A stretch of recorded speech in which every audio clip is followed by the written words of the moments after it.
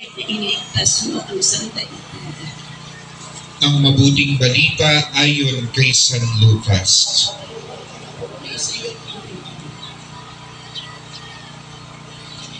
Matapos ang hapunan, tumuwid si Jesus sa libis ng Cedron at pumasok sa isang halak na.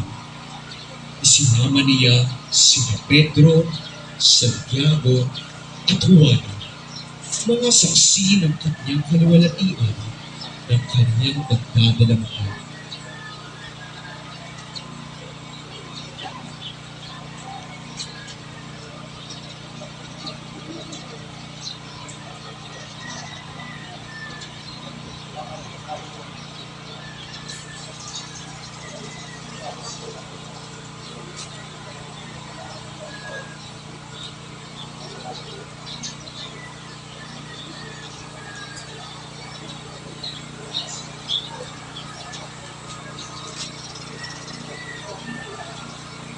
Lumayo si Jesus ng kalit. Humarap siya sa isang bato, matigas, malamig, tahimik. Ang anak niya ay nagpatirapa sa harap ng ama.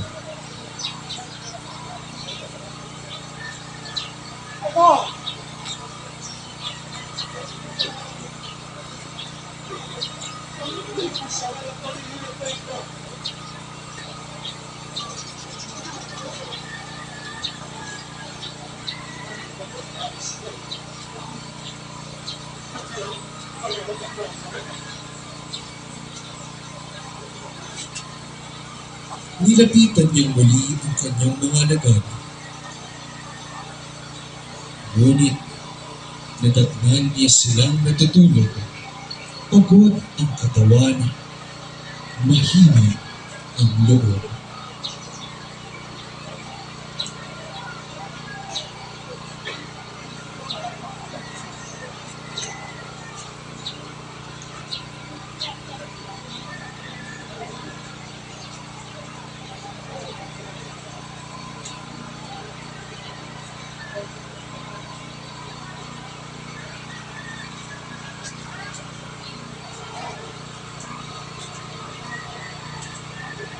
Si Jesus na muling bumalik sa kanyang pinagluluhuran.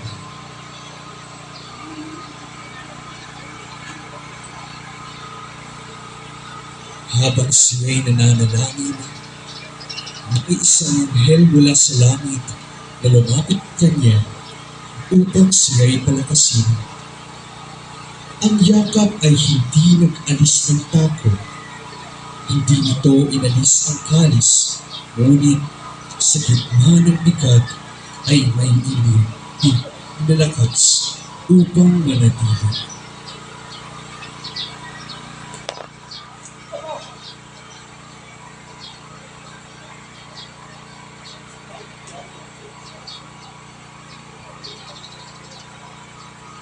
Tumayo si Jesus at muling lumapit sa kanyang mga alagad.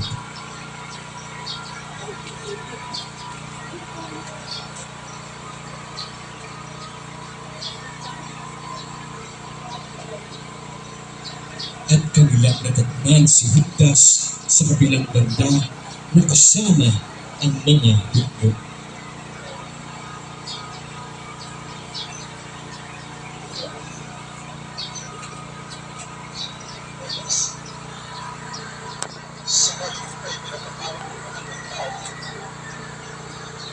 Lakpin ang tao yan!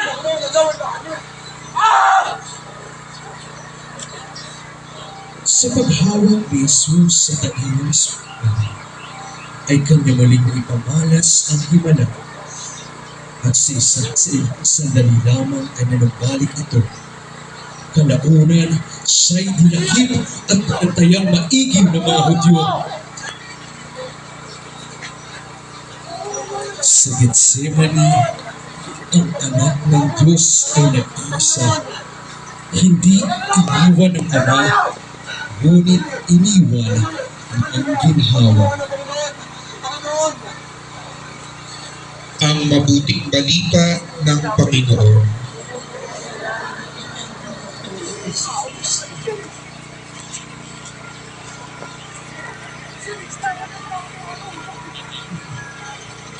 pagkadaot ang palad sa panalangin, sa pagsisikap na nakaipon ng lakas upang gawin ang kalooban ng Ama habang ikaw ay naghihirap sa pagsisikap.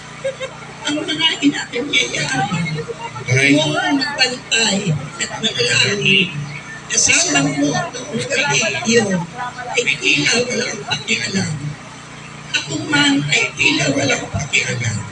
Pinakalaala lamang ang aking mga sariling problema. Ako'y tila walang pakialam sa mga magdarusa sa kanilang pangungulila at kanilang mga pangungulila at kanilang mga pinagulila. Panginoon, patawarin mo ako sa aking pagiging masarili at bigyan mo ako ng puso ng pagmahal tulad ng puso mo upang napanampanan ko ang kalooban ng Ama. Kahit na ako'y lumang sa sakit, sapagkat sa pagpaglaban ng kanyang kalooban, matatagpuan ang kapayapaan. Amen. Para sa intensyon ng Santo Papa, Amanangit, sumasalangit ka, sambahin ang ngalan mo, mapa sa amin ang kaharian mo, sundin ang loob mo, dito sa lupa para na sa langit. Bigyan mo kami ngayon ng aming kakanin sa araw-araw at patawarin mo kami sa aming mga sala para ng pagpapatawad namin sa nakakasala sa amin. At huwag mo kaming ipahintulot sa tukso at iagya mo kami sa lahat ng masama. Amen. Aba, Ginoong Maria, napupuno ka ng grasya. Ang Panginoong Diyos ay sumasa iyo. Bukod kang pinagpala sa babaeng lahat, at pinagpala naman ang iyong anak na si Jesus. Santa Maria, Ina ng Diyos, ipanalangin mo kaming makasalanan, ngayon at kung kami mamamatay. Amen. Tuwalhati sa Ama, sa Anak at sa Espiritu Santo. Para sa unang-una, ngayon, at kailanman, magpasawalang hanggan. Amen. tutungo tayo sa ikatlong istasyon. Para po sa mas maayos po na paggagawa natin ng sabayan ng krus, pauunahin po muna natin ang mga karakter na makaalis sa ating kinaroroonan.